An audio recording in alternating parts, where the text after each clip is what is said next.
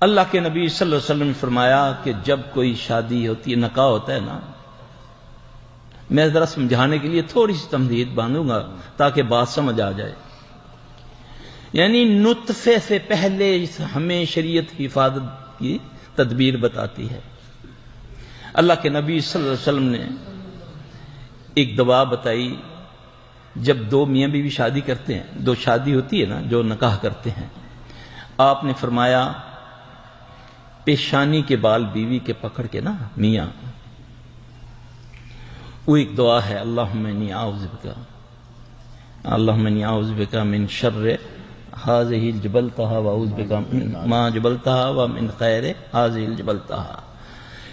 اس دعا کے پڑھنے سے جس مرد یا عورت کو کوئی جناتی شیطانی بیماری ہے، اللہ کے فضل سے وہ اسی دن ٹھیک ہو جائے.